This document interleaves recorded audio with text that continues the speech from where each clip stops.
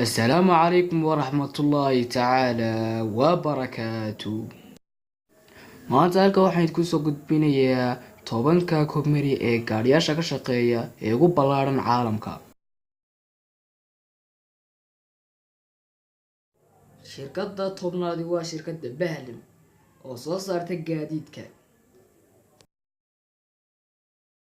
shirkadda Bahlam waxay haystaa 3.6 bilyan oo lacag ah, waxayna soo saartaa gawaadhida nooc kasta oo ay tahay.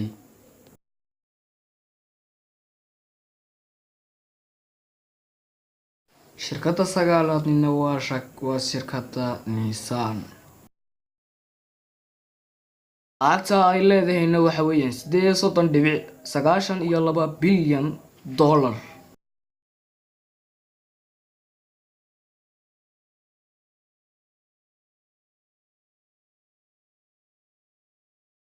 shirkadda sideednaadna waa shirkadda Ford Motor Company.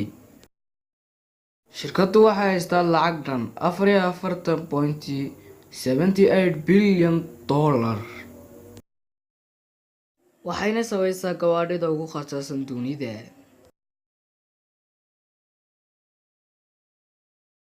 shirkadda toddobaadna waa shirkadda Tesla. shirkadda Tesla waxay lacag haysataa 48.18 bilyan dollar oo lacag ah, waxayna samaysaa gawaadhida adduunka ugu fiican kuwa ka mid ah.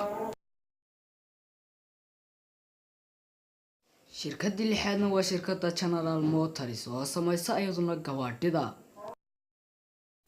waxayna leedahay 52.68 bilyan dollar oo Mareykanka ah, waxay iyaduna soo samaysaa gawaadhida adduunka ugu fiican ee la yaqaano. shirkadda shanaadna waa shirkadda Honda ee soo saarta gawaadhida. shirkadda Honda waxaa lacagteeda lagu qiyaasay 7.48 bilyan dollar oo lacag ah, waxayna soo saartaa gawaadhida ugu quruxda badan iyo tayada badan caalamka. shirkadda afraadna waa shirkadda Daimler oo soo saarta gaadiidka,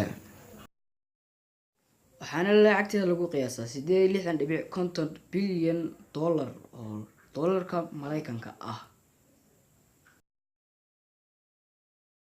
waxayna soo saartaa baabuur badan oo qurux iyo tayo leh.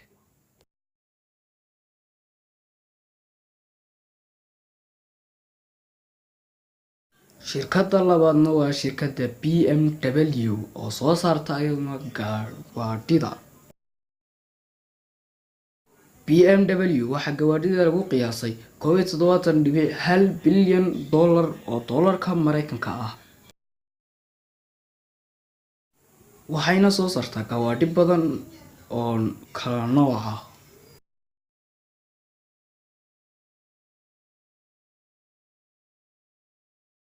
shirkadda labaad ee iyaduna soo saarta gawaadhida waxa weeyaan shirkadda Volkswagen oo iyaduna soo saarta gawaadhida nooc kasta oo ay yihiin, waxayna leedahay lacag dhan 95 bilyan dollar oo dollarka Mareykanka ah. gawaadhida ay soo saartana waa gawaadhi fiican oo la mahadiyey.